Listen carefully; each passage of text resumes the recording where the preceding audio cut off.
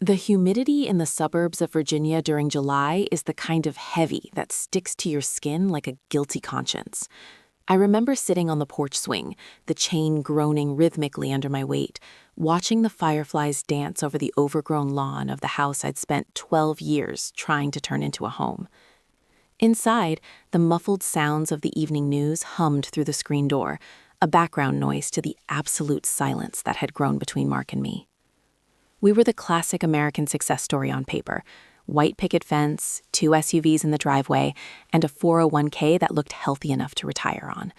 But inside, it felt like we were two ghosts haunting the same hallways, passing each other with polite nods and the kind of, "How was your day?" that neither of us actually wanted an answer to. It's funny how you can live with someone for over a decade and still feel like a total stranger is sleeping 3 inches away from you. Then came the call from my sister, Sarah. She sounded frantic, the way she always does when her life in Chicago hits a snag. Her son, Leo, my nephew, had been caught up in some mess at his university. Nothing criminal, just the kind of academic burnout and social spiraling that happens when a 20-year-old kid realizes the world is bigger than a lecture hall. She wanted to know if he could stay with us for the summer. "Just to clear his head, Chloe," she'd pleaded. "He needs a change of scenery, away from the city, away from the pressure. You've always been the cool aunt. Maybe you can get through to him." I looked at Mark through the glass, seeing him slumped in his recliner, bathed in the blue light of the television, and I felt a sudden, desperate need for a third person in the house. I needed a buffer. I needed something, anything, to break the static of my marriage. I said yes before I even consulted my husband. When Leo pulled into the driveway 2 days later, I didn't recognize him. The last time I'd seen him, he was a gangly teenager with braces and a shy smile. The man who stepped out of that beat-up old sedan was someone else entirely. He was tall, his shoulders broad from whatever gym routine he'd picked up in college, with a jawline that could cut glass and eyes that seemed to see right through the polite veneer I worked so hard to maintain. He looked like his father, a man Sarah had divorced years ago, but with a softness around the mouth that was all Sarah. He gave me a half smile and a hug that felt a little too firm, a little too grounded for a nephew greeting his aunt. "Hey, Aunt Chloe," he said, his voice a deep, resonant rumble that sent a strange, cold shiver down my spine. "Thanks for letting me crash. I know it's a lot." Mark was surprisingly okay with it. He liked the idea of having a guy's guy around to talk sports with, someone to help him with the yard work he'd been neglecting. For the first week, things were almost normal. Leo was quiet, helpful, and mostly kept to the guest room in the basement. But as the July heat intensified, so did the proximity. The house felt smaller with him in it. I started noticing things I shouldn't have noticed. The way the light hit the muscles in his back when he mowed the lawn without a shirt on. The scent of his cologne, something woody and sharp, that lingered in the hallway long after he'd gone for his morning run. I told myself it was just because he was new, a fresh face in a stale environment. I told myself I was just being maternal, looking out for him. But deep down, in that dark place we all have and never talk about, I knew I was looking at him the way a starving person looks at a feast. It wasn't just physical. Leo had this way of talking to me that made me feel visible again. Mark usually spent on dinners complaining about his boss at the firm or staring at his phone, but Leo would ask me questions, real questions. He wanted to know about my photography, the career I'd sidelined to support Mark's ambitions. He'd look at my old portfolios and actually see the art in them. "You have an eye for the things people usually miss, Chloe," he told me one night when we were cleaning up the kitchen. Mark had already gone to bed. "Most people just see the surface. You see the cracks, the beauty in the mess." He was standing close, leaning against the counter, and for a second, I forgot he was my sister's son. I forgot I was 41 and he was 20. I just saw a man who saw me. I felt a heat in my chest that had nothing to do with the Virginia summer. The tension started building like a storm on the horizon. I'd find myself lingering in the kitchen in my silk robe a little longer than necessary in the mornings, waiting for him to come up for coffee. I'd catch him watching me from across the living room, his gaze heavy and unreadable. There were moments, short, fleeting moments, where our hands would brush while passing a plate or a remote control, and the air would practically hum with static. It was wrong. I knew it was wrong. He was family. He was a guest. I was a married woman with a reputation and a life. But the more I tried to suppress it, the more it consumed my thoughts. I started having dreams, vivid, haunting dreams that left me waking up breathless and ashamed, glancing over at Mark's sleeping form with a mixture of guilt and resentment. One Saturday, Mark had to go into the city for a conference, leaving Leo and me alone for the weekend. The house felt cavernous without the familiar sound of Mark snoring or the clinking of his glass. Leo had spent the afternoon working on his car in the garage, and when he came in, he was covered in grease and sweat. He looked exhausted, but there was a raw, primal energy about him that made my pulse quicken. I offered to make him some iced tea, and as I handed him the glass, he didn't take it immediately. He looked at me, his eyes dark and searching. "You're unhappy, aren't you?" he asked bluntly. There was no judgment in his voice, just a simple, devastating observation. I tried to laugh it off, tried to give the standard, "Oh, marriage is hard" speech, but the words died in my throat. I couldn't lie to him, not then. I spent the rest of the evening trying to avoid him, but the house seemed to conspire against me. Every room I went into, he was there, or his presence was. His shoes by the door, his book on the coffee table. I decided to take a long, cold shower to clear my head, hoping to wash away the confusing swirl of emotions. I stayed under the water until my skin pruned, trying to convince myself that I was just bored, just lonely, and that this was all in my head. But when I stepped out and wrapped myself in a towel, the silence of the house felt heavy, like a held breath. I walked down the hall toward my bedroom, but as I passed the open door to the guest room, I stopped. I shouldn't have. I should have kept walking. But the door was cracked, and the light from the hallway spilled inside, illuminating the space just enough. Leo was asleep on top of the covers, the air conditioner humming loudly in the window. He was wearing nothing but a pair of loose gray sweatpants that had ridden low on his hips.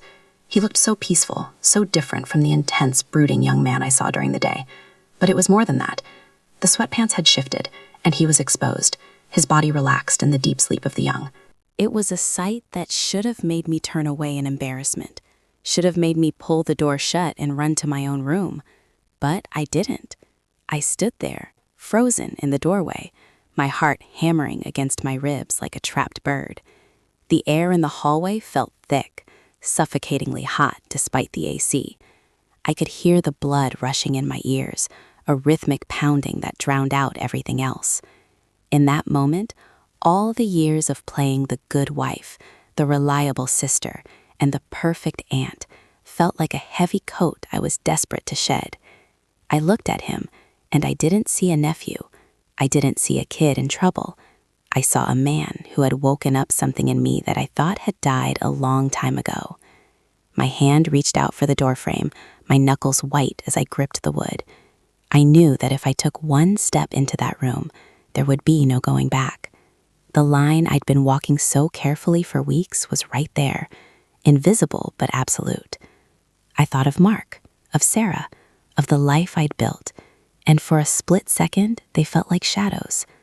The only thing that felt real was the heat radiating from that room and the sudden, overwhelming urge to stop being the woman everyone expected me to be. The transition from the hallway into the guest room felt like stepping through a portal into a different reality. My feet moved without my permission, the plush carpet muffling the sound of my steps as I drew closer to the edge of the bed. I told myself I was just going to close the door properly, or maybe pull the sheet over him so he wouldn't catch a chill from the window unit. But those were the lies we tell ourselves when we're standing on the precipice of a cliff. I stood over him for what felt like an eternity, my shadow stretching across his chest. The room smelt like him, that mix of salt, laundry detergent, and something deeper, something purely masculine. My breath was shallow, hitching in my throat as I watched the slow, steady rise and fall of his chest. I should have felt disgusted with myself. I should have felt that sharp, biting sting of maternal instinct that reminds you of who you are in the family tree. But looking at Leo, all I felt was a crushing, tectonic loneliness that had been building inside me for a decade. Mark hadn't looked at me with genuine desire in years. Our intimacy had become a scheduled chore, a punctuary exchange of physical needs that left me feeling more empty than before we started. And here was Leo, raw and beautiful and completely unaware of the storm he'd stirred up in me. I reached out, my fingers trembling, and I didn't stop them. I touched the skin of his shoulder, just a ghost of a graze, but the contact felt like an electric shock that traveled straight to my core. He stirred, a low moan vibrating in his throat, and for a panicked second I thought about bolting. But he didn't wake up immediately. He just shifted, rolling onto his back, which only made the situation more precarious. The light from the hall hit his face, highlighting the stubble along his jaw and the long lashes of his closed eyes. He looked vulnerable, but there was a power in that vulnerability that held me captive. I found myself sitting on the edge of the mattress, the springs give way slightly under my weight. My heart was beating so hard I was sure it would wake the entire neighborhood. I was a professional woman, a woman of standing in my community, and here I was, hovering over my nephew like a predator or a devotee. The line wasn't just blurred, it had been completely erased. Then his eyes opened. There was no slow transition from sleep to wakefulness. One moment he was out, and the next he was staring directly at me, his pupils blown wide in the dim light. I froze, my hand still resting near his collarbone. We stayed like that for a long, agonizing minute, the only sound the mechanical drone of the air conditioner. I expected him to jump back, to look at me with horror, to ask me what the hell I was doing in his room in the middle of the night. But he didn't. He didn't move a muscle. He just watched me with an intensity that made the air feel like it was vibrating. "Chloe?" he whispered, his voice thick with sleep and something else I couldn't quite name. He didn't say Aunt Chloe. He just said my name. I came to check the AC, I stammered, the lie sounding pathetic and hollow even to my own ears. I started to stand up, my face burning with a shame that was finally starting to catch up to me. But before I could retreat, his hand shot out and gripped my wrist. His grip wasn't aggressive, but it was firm, a tether that pinned me to the spot. His skin was hot, burning against mine. He didn't let go, and he didn't look away. The silence stretched between us, thick and heavy with all the things we hadn't said over the last few weeks. The lingering glances at the dinner table, the accidental touches in the kitchen, the way we both stayed up late just to be in the same room. "You're shaking," he said softly, his thumb tracing the delicate skin of my inner wrist. It was an intimate gesture, one that shattered whatever remained of my resolve. I looked down at his hand, then back up at his face, and the dam finally broke. All the frustration, the neglect from Mark, the feeling of being invisible, and the strange magnetic pull I felt toward this boy, this man, collided in my chest. I didn't pull away. Instead, I leaned closer, drawn in by the gravity of the moment. "I should go, Leo," I whispered, though I made no move to leave. "This is crazy. This is wrong. You know it's wrong." "Is it?" he asked, his voice dropping to a register that made my knees weak. He sat up slowly, never letting go of my wrist, until we were eye to level. The proximity was overwhelming. I could feel the heat radiating from his body, could smell the sleep on his breath. "Because I've been sitting in this house for 3 weeks watching you disappear. I've been watching you wait for a man who doesn't even see you when you're standing right in front of him. I see you, Chloe. I've seen you since the second I got here." He reached up with his free hand and tucked a damp strand of hair behind my ear, his fingers lingering on my neck. The touch was so tender, so purposeful, that I felt a sob catch in my throat. I knew I was at a crossroads. One path led back to my cold, sterile bedroom and a life of quiet desperation with Mark. The other led into the unknown, a path paved with betrayal and a kind of chaos that could destroy everything I knew.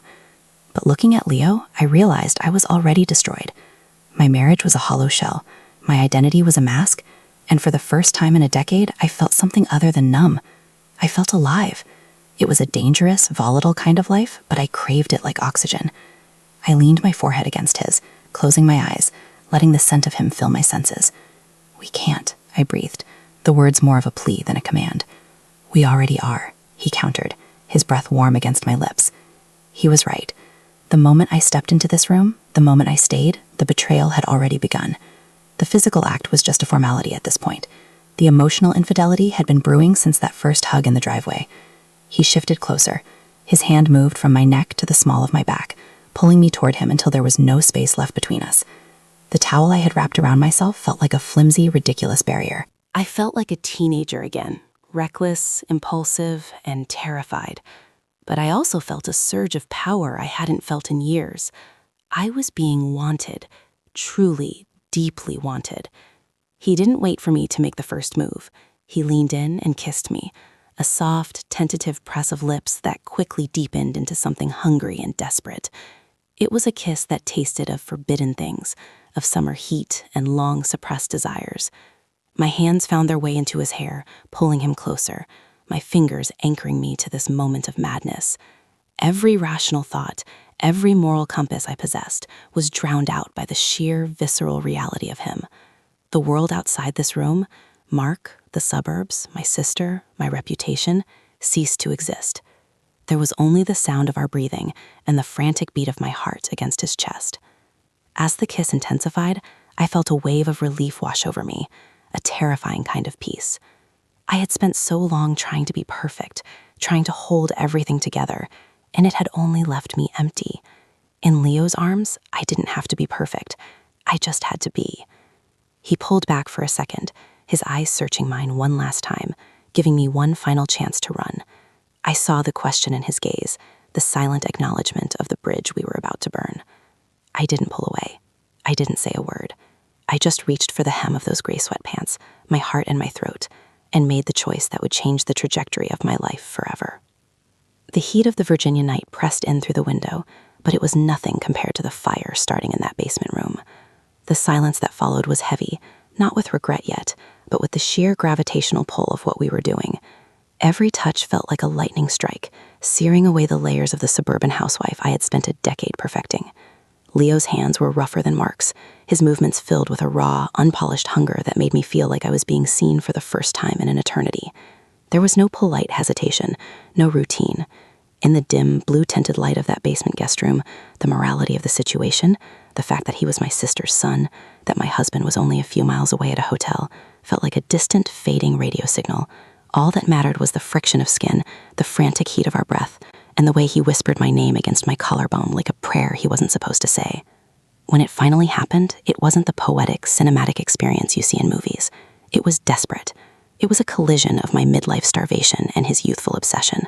I felt a terrifying sense of liberation as I let go of the Aunt Chloe persona, shedding it like a skin that had become too tight. I was just a woman, and he was just a man, and the house around us felt like it was holding its breath, the walls absorbing the sounds of a betrayal that could never be unheard. For those hours, I didn't think about Sarah. I didn't think about the family barbecues or the holiday photos on the mantle. I only thought about the way Leo's fingers dug into my hips and the way he looked at me, not as a relative, not as an older woman, but as something essential. Afterward, the reality didn't crash in all at once. It leaked in through the cracks. We lay there in the tangled sheets, the sweat cooling on our skin as the air conditioner rattled in its frame. The hum of the machine suddenly sounded like a judging growl. Leo was staring at the ceiling, his chest still heaving slightly. I reached out to touch his arm, but for the first time, I felt a flicker of hesitation. The intimacy that had felt so natural moments ago now felt heavy, fraught with the weight of the sun that would eventually rise. "Chloe," he said, his voice cracking just a little. He turned his head to look at me, and in the shadows he looked so much younger. For a fleeting second, I saw the little boy who used to scrape his knees at family reunions, and a physical wave of nausea rolled through my stomach. "Don't," I whispered, sitting up and reaching for my towel. My hands were shaking again, but this time it wasn't from excitement. It was the onset of a cold, hard sobriety. I stood up, the floorboards cold beneath my feet, and tried to find my bearings in the dark. I looked back at him, and he looked lost, caught between the thrill of what we'd done and the realization of what it meant. He reached for me, his hand hovering in the air between us. "You don't have to run," he said, but the conviction was gone from his voice. We both knew I did. I had to run back to the life I'd just sabotaged, to the bedroom I shared with a man I was now deceiving in the most fundamental way possible. I slipped out of the room and climbed the stairs like a thief in my own home. Every creak of the wood felt like a gunshot. When I reached the master bedroom, I didn't turn on the lights. I crawled into the bed. Mark's side was empty, the sheets cold, and I stared at the digital clock on the nightstand. 3:14 a.m. In 4 hours, the sun would be up. In 12 hours, Mark would be home. I lay there, my skin still tingling from Leo's touch, and tried to reconcile the woman who had just been moaning in a basement with the woman who would have to make coffee and talk about the weather tomorrow. The guilt started as a small spark in my gut, growing into a bonfire that made it impossible to breathe. I had crossed a line that didn't just break a marriage, it fractured a family. The next morning was a blur of high-functioning dissociation. I was in the kitchen, the sun streaming through the windows, looking exactly like the woman I was supposed to be. I made a pot of coffee, the smell of the beans usually a comfort, but today it made me feel sick. I heard Leo's footsteps on the stairs, and my heart plummeted. When he walked into the kitchen, he looked like he hadn't slept a wink. There were dark circles under his eyes, and he wouldn't look at me directly. "Morning," he mumbled, reaching for a mug. His hand brushed mine as he reached for the sugar, and I jumped back as if I had been burned.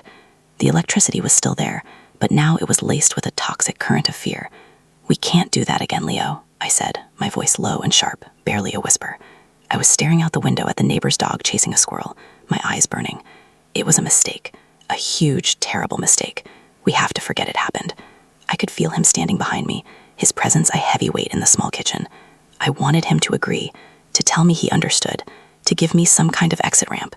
But the silence stretched on until it was unbearable. When I finally turned around, he wasn't looking at the floor anymore. He was looking at me with a frighteningly intense glare, his jaw set. "You really think you can just turn it off?" he asked, his voice shaking with a mix of hurt and anger. "You think you can go back to being Aunt Chloe after last night? I saw you, Chloe. I felt you. You weren't making a mistake then. You were finally being honest." His words hit me like a physical blow. The arrogance of youth, the way he thought he understood my soul because we'd shared a few hours of darkness. I wanted to scream at him, to tell him he didn't know anything about the life I'd lived or the stakes I was playing with. But I couldn't, because a part of me knew he was right. I hadn't felt that honest in years. Before I could respond, the sound of a garage door opening echoed through the house. We both froze. Mark was home early. The panic that surged through me was unlike anything I'd ever experienced, a pure, visceral fight or flight response. I looked at Leo, his eyes wide with the same terror, and for a second we were bonded again, not by desire, but by the shared threat of destruction. "Go to the backyard," I hissed, pointing toward the sliding glass door. "Act like you've been out there reading or something. Just go." He hesitated for a heartbeat, then bolted out the door just as the interior door from the garage swung open. Mark walked in, looking disheveled and tired from his trip, dropping his laptop bag on the kitchen island with a heavy thud. "Hey, babe," he said, leaning over to give me a peck on the cheek. I held my breath, certain he could smell Leo on me, certain he could see the marks on my neck that I hadn't even checked for in the mirror.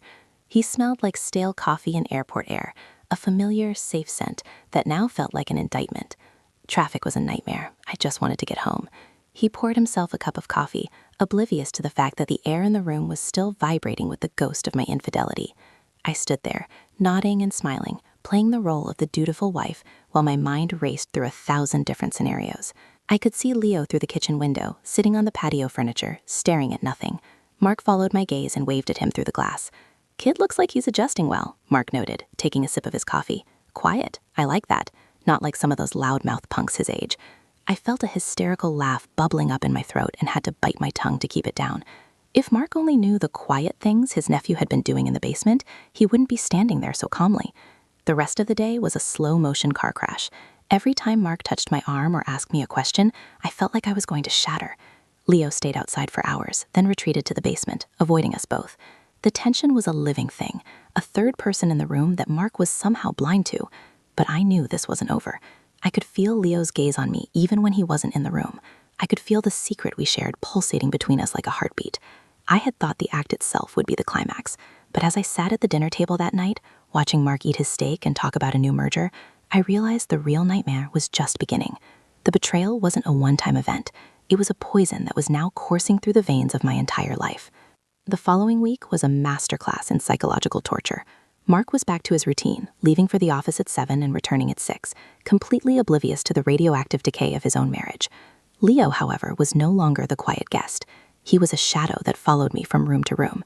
Every time Mark left, the air in the house changed. It became charged, heavy with the unspoken demand in Leo's eyes. He didn't have to say anything. The way he leaned against the doorframe while I folded laundry, or the way he'd linger in the hallway when I came out of the shower, said it all. He wasn't just a nephew anymore. He was a silent blackmailer of my heart, holding the memory of that night over me like a jagged blade. The breaking point came on a Tuesday afternoon. A thunderstorm was rolling in, the sky turning a bruised purple that mirrored my internal state. I was in the kitchen, frantically scrubbing a spot on the counter that didn't exist, just to keep my hands from shaking. Leo walked in, his footsteps heavy on the hardwood. He didn't stop at the island this time. He walked right up behind me, so close I could feel the heat radiating from his chest. "You can't keep doing this, Chloe," he whispered, his breath hot against the back of my neck. "You're dying inside. I see the way you look at him. You don't love him. You're just scared of the mess." I spun around, my heart hammering. "You have to leave, Leo. I'm calling Sarah. I'll tell her it's not working out, that you need to go home." My voice was shrill, desperate. I was pleading with him, not commanding him. He looked at me, and for the first time, I saw a flicker of something truly dark in his expression. It wasn't just desire. It was a possessive, territorial anger. He reached out and gripped the edge of the counter on either side of me, pinning me in place. He was bigger than me, stronger, and in that moment, the power dynamic shifted entirely. I realized I wasn't the cool aunt in control of a situation. I was a woman who had handed a loaded gun to a boy who didn't know how to safety it. "Go ahead," he challenged, his face inches from mine. Tell her everything. Tell her what happened in the basement. Tell her how you looked at me. Tell her how you didn't stop me." The words were like physical blows. The thought of Sarah, my little sister, the person who trusted me more than anyone, finding out what I'd done made the world tilt on its axis. I felt a wave of cold, paralyzing dread. He had me. He knew exactly what he was doing. This wasn't a summer romance. It was a hostage situation. I had traded my integrity for a few hours of feeling alive, and now the bill was due. That evening, Mark came home earlier than usual, carrying a bouquet of lilies. It was our anniversary, a date I had completely, utterly forgotten. 12 years, babe, he said, smiling that tired, earnest smile that used to make me feel safe. I know things have been a bit quiet lately, but I want you to know I appreciate you. Everything you do for this family. He handed me the flowers, and the scent of them, cloying and sweet, made me want to gag. I looked past him and saw Leo standing at the top of the stairs, watching us. He didn't hide. He didn't look away. He just stood there, a silent witness to the lie I was living. Dinner was a slow-motion execution. Mark talked about our plans for the future, about maybe taking that trip to Tuscany we'd always talked about. He spoke with such hope, such mundane, suburban optimism, while I sat across from him, my stomach in knots. Every time I looked up, I caught Leo's gaze. He was eating calmly, watching me struggle, enjoying the spectacle of my unraveling. It was a game to him now. He had seen the cracks in the foundation, and he was curious to see how much weight it could take before it collapsed. I realized then that Leo wasn't the victim of a midlife crisis. He was the catalyst for a destruction I had been secretly craving for years. After dinner, Mark went to the den to finish some paperwork, leaving me alone in the kitchen with the dishes. Leo appeared beside me, picking up a towel to dry. "He's a good man, Chloe," Leo said, his voice devoid of any emotion. "He really is. Stable, reliable, boring as hell." He looked at me, and I saw a reflection of my own misery in his eyes. "But he doesn't know you. Not really. He loves the idea of you. I love the mess." He reached out and touched my hand, and despite the horror of it all, I didn't pull away. The shame was so deep now that it had become a part of me, a second skin I couldn't shed. I realized in that moment that there was no going back. The woman I was before Leo arrived was gone. I had burned the bridge, and the fire was spreading to the rest of the forest. I looked at the kitchen, the granite countertops, the high-end appliances, the life I'd spent 12 years building, and it felt like a stage set. None of it was real. The only thing that was real was the suffocating weight of the secret and the terrifying magnetic pull of the boy standing next to me. I was trapped in a prison of my own making, and the only person with the key was the one who wanted to keep me there. That night, while Mark slept soundly beside me, dreaming of mergers and retirement accounts, I lay awake, staring at the ceiling. The storm had passed, leaving the air outside thick and humid once again. I heard the floorboards in the hallway creak. I knew it was Leo. I knew he was standing outside my bedroom door, waiting. He didn't knock. He didn't have to. The invitation was written in the silence of the house. I sat up, the silk of my nightgown sliding against my skin, and for a long time I just stayed there, caught between the life I had and the chaos I'd chosen. I thought about Sarah. I thought about the phone call I should have made a week ago. I thought about the look on Mark's face if he ever found out, the way his world would shatter, the way he would never be able to trust another human being as long as he lived. I felt a tear slide down my cheek, but I didn't wipe it away. I was mourning the woman I used to be, the one who believed she was a good person. That woman was dead. She had died in a basement in the middle of a Virginia summer, and she wasn't coming back. Slowly, quietly, I slid out of bed. I didn't look at Mark. I didn't want to see his face. I walked toward the door, my heart heavy with a grief that surpassed anything I'd ever known. I reached for the handle, my fingers trembling. I knew that once I opened this door, there would be no more secrets, only the slow, inevitable slide toward a total collapse. The betrayal was complete. I wasn't just cheating on my husband, I was cheating on my soul. I turned the knob, the click sounding like a gavel coming down in a courtroom. Leo was there, a shadow in the dark hallway, his eyes burning with a triumphant light. I stepped out of the room and closed the door behind me, leaving the remnants of my life in the dark.